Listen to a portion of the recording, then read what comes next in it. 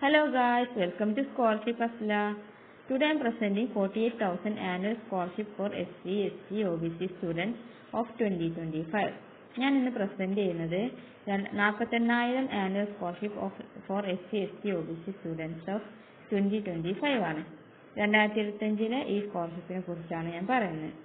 ഇത് കൊണ്ടുവന്നിട്ടുള്ളത് under privileged ആയിട്ടുള്ള SC, ST, OBC പോലുള്ള കമ്മ്യൂണിറ്റിയിലെ കുട്ടികൾക്ക് വേണ്ടിയിട്ട് നമ്മുടെ സെൻട്രൽ ഗവൺമെന്റ് ലോഞ്ച് ചെയ്തൊരു പ്രോഗ്രാമാണ് ഈ 48,000 രൂപയുടെ സ്കോളർഷിപ്പ്.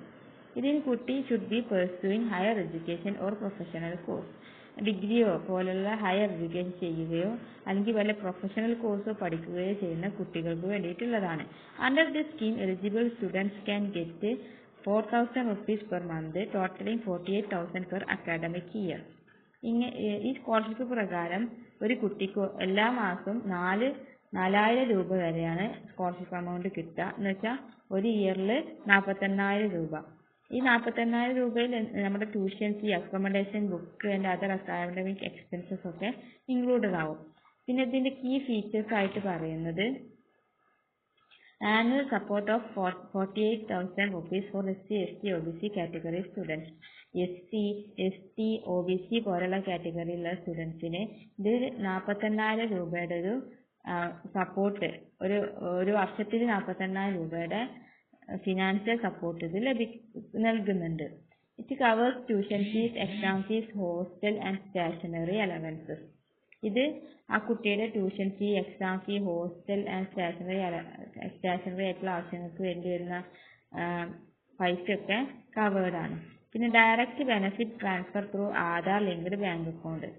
ആധാർ ലിങ്ക്ഡ് ബാങ്ക് അക്കൗണ്ടിലേക്ക് ഡയറക്റ്റ് ആയിട്ട് ട്രാൻസ്ഫർ ചെയ്യുകയാണ് ചെയ്യുന്നത്. എന്നുവെച്ചാൽ കിട്ടാൻ പ്രശ്നങ്ങളൊന്നും ഉണ്ടാവില്ല. പിന്നെ available for students pursuing post matric and higher education. Post matric and higher education ചെയ്യുന്ന കുട്ടികൾക്കാണ് ഈ സ്കോളർഷിപ്പ് അവൈലബിൾ ആയിട്ടുള്ളത്. Encourages continuation of education beyond class 10th. എന്നുവെച്ചാൽ ഇത് കുട്ടികളെ OBC, SC, ST പോലുള്ള അണ്ടർ പ്രിവിലേജ്ഡ് കാറ്റഗറിയിലുള്ള കുട്ടികളെ 10th നെറുവിലേക്ക് +1, +2 ഡിഗ്രി ഒക്കെ പഠിക്കാൻ വേണ്ടിയിട്ട് എൻകറേജ് ചെയ്യാൻ വേണ്ടിയിട്ടുള്ളൊരു സ്കോളർഷിപ്പാണിത്. ഇനി എലിജിബിലിറ്റി ക്രൈറ്റീരിയ പറയുന്നത് SC, ST, OBC കാറ്റഗറിയിൽ ഏതെങ്കിലും ഒന്നിലുള്ള കുട്ടിയായിരിക്കണം. പിന്നെ ഫാമിലി ഇൻകം ഒരു വർഷത്തേത് 2.5 lakh, 2.5 ലക്ഷത്തിൽ കൂടുതൽ ഫാമിലി ഇൻകം ഉണ്ടാവാൻ പാടില്ല. Must have passed the previous examination, qualifying examination. എന്നുവെച്ചാൽ തൊട്ട് മുമ്പത്തെ ക്വാളിഫയിങ് എക്സാമിനേഷൻ പാസ്സായിരിക്കണം. എന്നുവെച്ചാൽ +1 സ്റ്റുഡൻറ്റിനാണെങ്കിൽ 10th പാസ്സായിരിക്കണം, +2 സ്റ്റുഡൻ്റ് ആണെങ്കിൽ 11th പാസ്സായിരിക്കണം, ഡിഗ്രി സ്റ്റുഡൻ്റ് ആണെങ്കിൽ +2 പാസ്സായിരിക്കണം. അങ്ങനെ തൊട്ട് മുമ്പത്തെ എക്സാം പാസ്സായ കുട്ടിയായിരിക്കണം. Enrolled in government recognised college, university or institution. Government recognised ആയിട്ടുള്ള കോളേജോ ഇൻസ്റ്റിറ്റ്യൂഷനോ അല്ലെങ്കിൽ യൂണിവേഴ്സിറ്റിയിലോ ആയിരിക്കണം ഇപ്പോൾ പഠിച്ചുകൊണ്ടിരിക്കുന്നത്. Must not be receiving any other scholarship for the same course. ഇതേ കോഴ്സിന് വേറെ സ്കോളർഷിപ്പ് ഒന്നും വാങ്ങാതെ ഇരിക്കുകയും കൂടി വേണം. പിന്നെ റിക്വയർഡ് ഡോക്യുമെന്റ്സ് പറയുകയാണെങ്കിൽ ഇത് അപ്ലൈ ചെയ്യുമ്പോൾ വേണ്ടി വരുന്ന ഡോക്യുമെന്റ്സ് എന്തൊക്കെയാണെന്ന് ചോദിച്ചാൽ, ഒന്ന് കാസ്റ്റ് സർട്ടിഫിക്കറ്റ്, SC, ST, OBCയിലുള്ള ഏത് കാസ്റ്റ് ആണെന്ന് കാണിക്കുന്ന ഒരു കാസ്റ്റ് സർട്ടിഫിക്കറ്റ് വേണം. പിന്നെ income certificate issued by competent authority. പിന്നെ ആധാർ കാർഡ് വേണം, ബാങ്ക് അക്കൗണ്ട് ഡീറ്റെയിൽസ് വേണം, പ്രീവിയസ് അക്കാഡമിക് ഇയറിന്റെ മാർക്ക് ഷീറ്റ് വേണം, bonafide certificate from the institution വേണം. പിന്നെ സ്കോളർഷിപ്പ്